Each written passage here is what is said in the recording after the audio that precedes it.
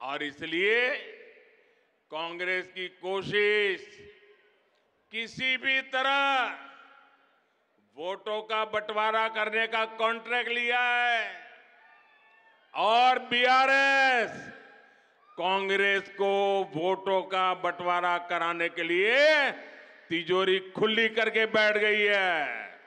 पर्दे के पीछे खेल चल रहा है, बैकडोर एंट्री ये बीआरएस और कांग्रेस की भरपूर चल रही है।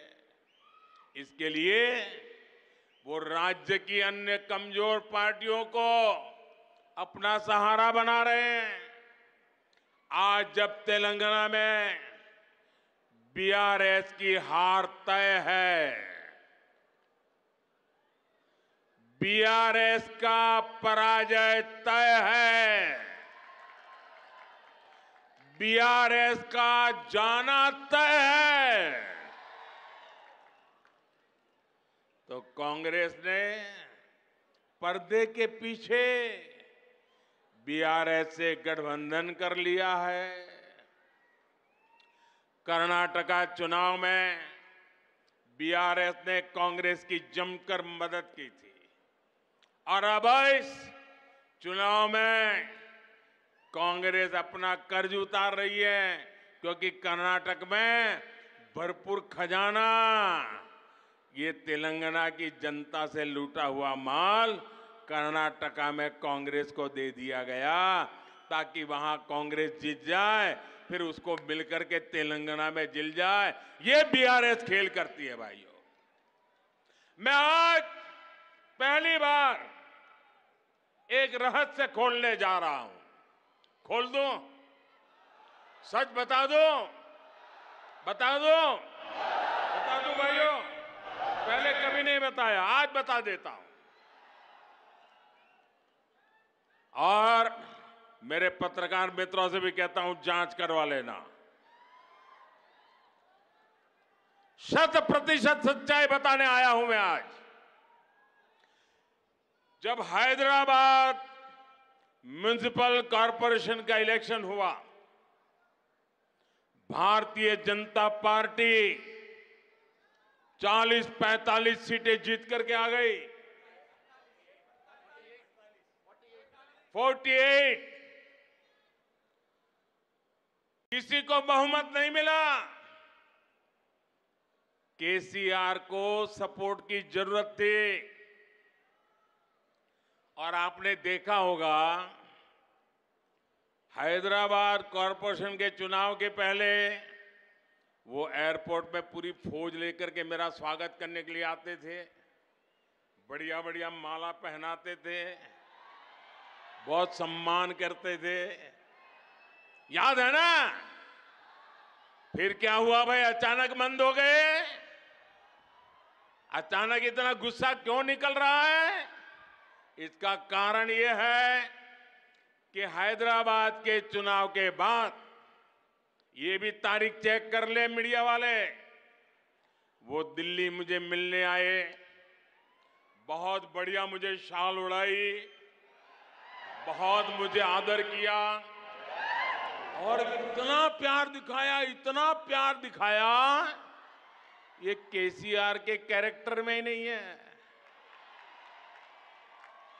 और फिर मुझे कहने लगे कि आपके नेतृत्व में देश प्रगति कर रहा है, हम भी एनडीए का हिस्सा बनना चाहते हैं, आप हमें एनडीए में शामिल कर दीजिए। मैंने कहा आगे क्या? बोले हैदराबाद में म्युनिसिपल कॉरपोरेशन में हमारी मदद कर दीजिए। मैंने केसीआर को कहा, आपके कारनामे ऐसे हैं, मोदी आपके साथ जुड़ नहीं सकता है। हैदराबाद में हमें विपक्ष में बैठना पड़ेगा तो बैठेंगे। केसीआर की सरकार हमारे कार्यकर्ताओं पर जुल्म करेगी तो जुल्म सहेंगे, लेकिन हम तेलंगाना की जनता से दगा नहीं कर सकते हैं। भले तेलंगाना की जनता ने हैदराबाद में हमें पूर्ण बहुमत दे दिया, लेकिन 48 सीट भी तेलंगाना का भाग्य बदलने की शुरुआत है। और मैंने उनसे हर प्रकार से मदद करने का इनकार कर दिया। उनको एनडीए में एंट्री देने से इनकार कर दिया। उसके बाद उनका दिमाग फटका। फिर तो वो भांति भांति से दूर भागने रहे। मैं भ्रष्टाचार के सवाल पूछने लगा, फिर एक बार दोबारा आए। वो मुझे कह रहे हैं कि मोदी जी मैंने बहुत काम कर लिया, अब मैं सारा कारोबार केटीआर को दे देना चाहता हूं। मैं एक बार केटीआर को भेजूंगा, आप जरा उसको आशीर्वाद दे देना। ये उन्होंने मुझे कहा। मैंने कहा केसीआर, ये लोकतंत्र है, तुम कौन होते हो बेटे को राजगादी दे? तुम राजा महाराजा हो क्या? क्या तुम राजा महाराजा हो क्या? अरे तेलंगाना की जनता तय करेगी किसको बिठाना है, किसको नहीं बिठाना है। बस वो दिन आखिरी था। उसके बाद एक बार भी वो मेरे से आंखें नहीं मिला पा रहे।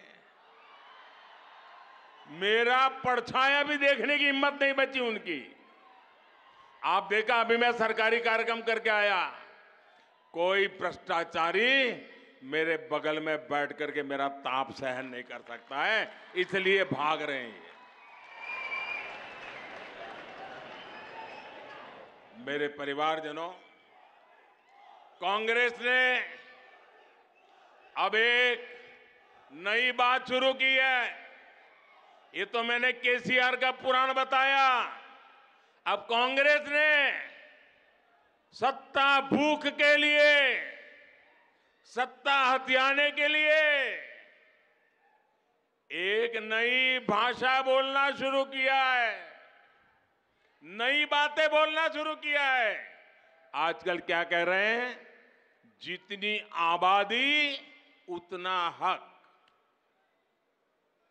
मैं जरा पूछना चाहता हूं कि जिन्होंने इनको वाक्य लिख करके दिया है, उसने सोचा है क्या? जब तुम कह रहे हो तो कांग्रेस की मूलभूत नीतियों पर ही सवाल खड़ा कर रहे हो।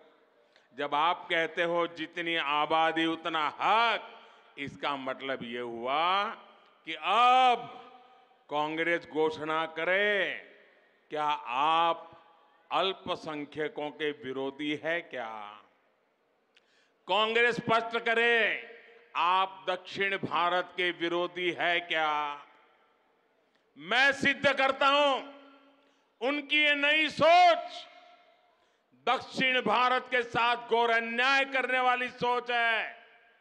ये नई सोच माइनॉरिटी के पीठ में भी छुरा भोंकने वाली सोच है।